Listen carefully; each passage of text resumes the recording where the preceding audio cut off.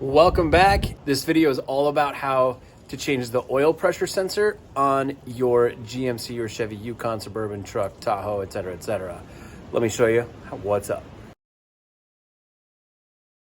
So right here is where the intake manifold normally would go. And right on the back side, right here, is your oil pressure sensor. And I will show you what that is. So if you are doing this with the intake manifold on, then you can have a sense of how to do this. So here's the clip. Looks just like that. So you're just gonna pull that away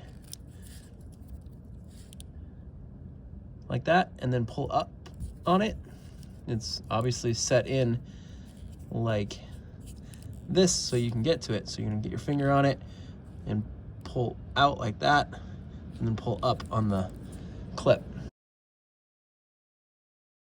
For the amount of work it took me to do that by leaving the intake manifold on, honestly, I should have just taken the manifold off. If you feel like you're up for it, I'd do the same thing. To get the intake off, it's actually not too bad. You're gonna obviously take this stuff off, and then from there, it's 5 screws on this side, 5 screws on that side. Unhook these hoses over here, and the wiring harness can you're gonna unhook it from everywhere, but you can let it lay here, and you can pull the intake out from underneath the wiring harness.